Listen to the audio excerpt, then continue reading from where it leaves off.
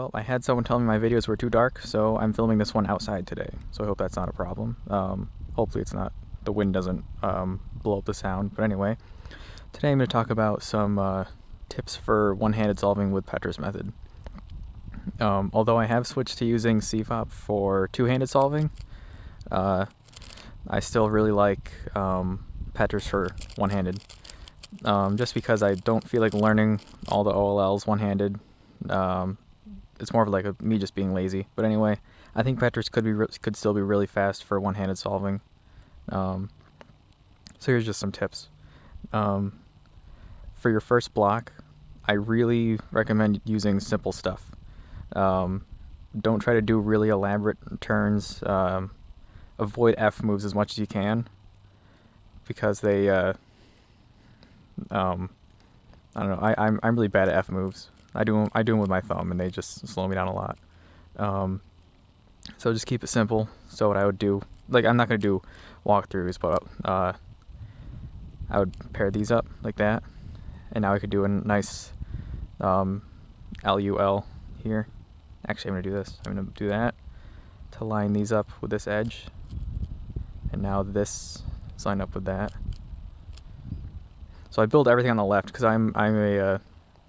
I solve with my right hand. So then, like, it's not bad to use like lazy stuff. Like if you want to do something like this, and just do like put one edge in for your 2x2x3. Put like one edge in, and then just do a pair. Like, it's way faster to do that for one-handed than it is to do elaborate block building. Bad edges, I pretty much always flip on the left side again because I'm a right-handed solver. So I'll do like that, and then like, this step you can pretty much do the usual way. I try to avoid using EJF2L for one-handed, because then it prevents you from using COLL, and I love using COLL for one-handed because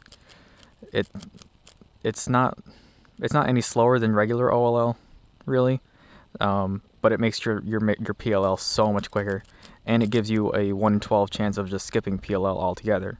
Actually, at the Cornell competition I just went to a week or two ago, in the first round of one-handed, I had a PLL skip, a straight up PLL skip, and a forced PLL skip, where I had, let's see if I can set it up here. This is the case. I had this for my last layer, and when I looked at this, I already saw that I had same colors here and opposite colors here, so I know which algorithm it is. But when I turned like this, I saw, oh, I only have 3 corners out of place. So I just did this, and it's a one look last layer. So you're more likely to get one look last layers when you use Petrus method and when you don't use EJF2L. Okay, so I'm just gonna do a couple of walkthroughs, I guess, for one-handed Petrus. So immediately I see this edge is in place, and this edge is in a favorable position.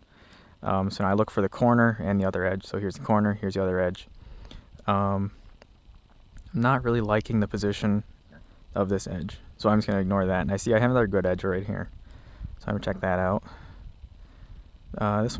This is probably what I would use. So I can easily pair up this edge with this corner to build the block here. So I'm building the block right here. So I have edge, edge, edge, corner. So the first thing I would do is pair these two up. So it's easy like that. And then what I would do is I can keep this edge in a good spot. So I'm going to do that, and then set this pair up to be put in, just like that. And now I'm excited because I see I have a really nice square case that's really fast. So what I'm going to do is rotate like this, and then it's like that. So I'll show you from this side so you can see what's going on. So what's going to happen is corner goes up, edges come over, corner goes down, and then you make the square. Now what you always want to check for is bad edges in this spot, so you can do like an easy F move and flip a bad edge. But since this is already bad, I know it's going to be flipped good. So I have no bad edges, so that's easy. And I already have a pair. So I can put that pair in like that. And then, sorry, the bugs are on me. Shouldn't have done this video outside. But anyway, so I got square done. Now I have one more corner like this. And now here, if I was good, I would look at what OLL I was going to get, but I don't. So I got a soon OLL, and it's just going to be a, I can tell by looking at the colors, a soon will solve corners. There's no corners out of place. But I see I have this matched pair in the front here, so I'm going to do an anti-soon to preserve this pair, because sometimes that gets you a skip, and it didn't get me a skip. So I just have a nice easy U-perm here. So yeah, my turn speed isn't too good one-handed, but I think because Petrus is a real heavy R and U method, I think that's why I'm kind of quick at one-handed. So this is easy. I got bugs in my helmet now. So this is easy. I've got a pair here and an edge in a good spot. So what I'm going to do is put this pair with this green here, like that. And now I already see that this is going to be a nice spot. So what I'm going to do is do the simple move out of the way and position that. So now I have the thing there. Now I knew this edge was going to be here, so that's good. And I see that this is flipped, this edge is flipped with green here. So what I'm going to do is just do an F, and then just do the F to L pair. Like that. So now I have 4 bad edges. So I'm going to do, there's probably a way to preserve this pair, but if I was going fast, I wouldn't do it.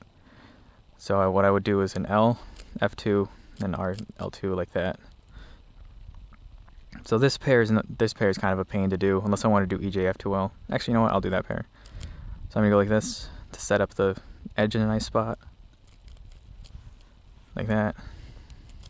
And then that sets this one up really good too. And now I have a easy COLL. It's a soon there.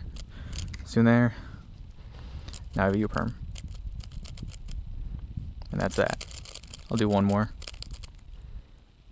Let's see.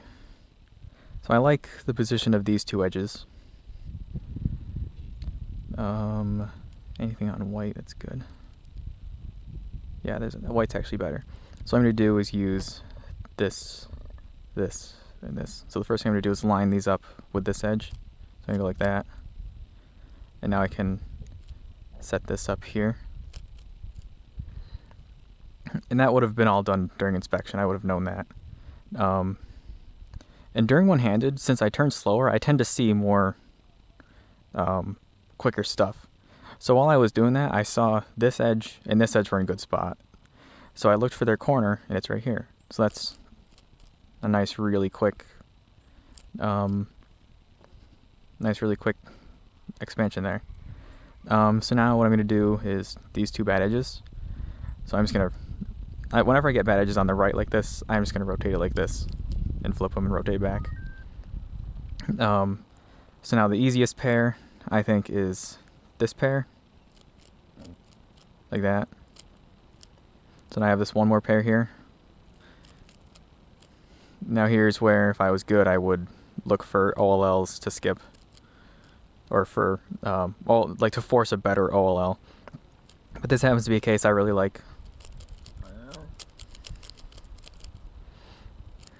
And if you're really serious about Petrus for one-handed, I highly recommend learning special OLLs for one-handed that use L and R moves. That was one of them that I use a lot.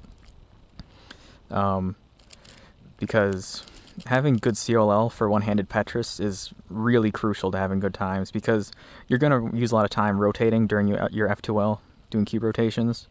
So having good COLL and then getting a U-perm or a Z-perm or whatever, it really can make up for that, for those rotations.